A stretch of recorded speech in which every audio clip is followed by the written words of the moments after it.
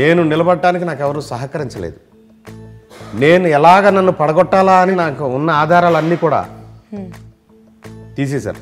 దానికి కొండకొచ్చో కులం, ప్రాంతం, పరిస్థితి, ఆర్థిక స్థితి ఇవన్నీ కారణాలని ఎవరైనా ఒప్పుకున్నా ఒప్పుకోకపోయినా గుండె నిబ్బరంగా ధైర్యంగా ముక్కుసూటిగా నేను ఒప్పుకున్నా. చలనచిత్ర పరిశ్రమలో అవన్నీ ఉన్నాయి. అవన్నీ ఉంటే ఒక మనిషిని పాడు చేయగలవు అని నిరూపణ అయినాయి. ఆ నిరూపణ నా వల్ల అయినాయి.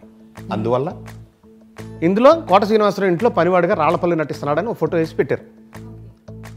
జంజాల కూడా దొంగే నా స్క్రిప్ట్ బేసాడు. ఈటీవీ సుమన్ గారు పిలిచారు నన్ను. నష్టపోయానని చెప్తున్నారంట మీ ప్రోగ్రామ్ చేసింది ఈటీవీలో, మీరు ఇంత లాభం చేసుకున్నారండి ఇదిగో అని అకౌంట్స్ చూపించాడు.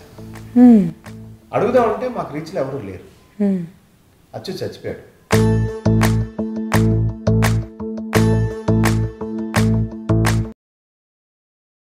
ఏఎన్ఆర్ గారిని బుల్లితెరకి పరిచయం చేసింది మీరే, అంటే తీసుకొచ్చింది పెద్ద స్క్రీన్ నుంచి.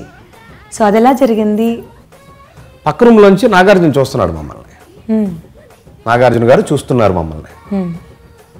నాన్నగారు వాళ్ళేంటి అసలు అడ్రస్ లేని వాళ్ళు ప్రొడక్షన్ హౌస్ ఏంటి, మీరేంటి, మీరు యాక్ట్ చేయడం ఏంటి నాన్నగారు ఇది పదవిలో ఉన్నాడని నేను పొగట్టలేదు. కేటీఆర్ గారు ఎంత జెన్యూన్ మనిషి అంటే నాకు తెలుసు. నేను కళ్ళతో చూస్తున్నాను. కేసీఆర్ గారు నేను చూస్తున్నాను ఆయన పని.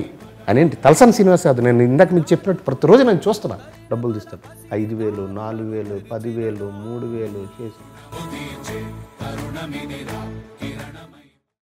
Subscribe to Clapboard Productions. It was a fantastic film for Chiranjeevi Garu's comeback.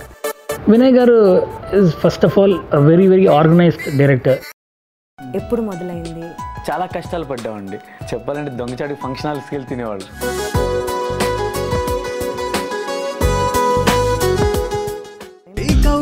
అర్థం ఈ చీకటి శబ్దం నా చెవిలో చెప్పెను.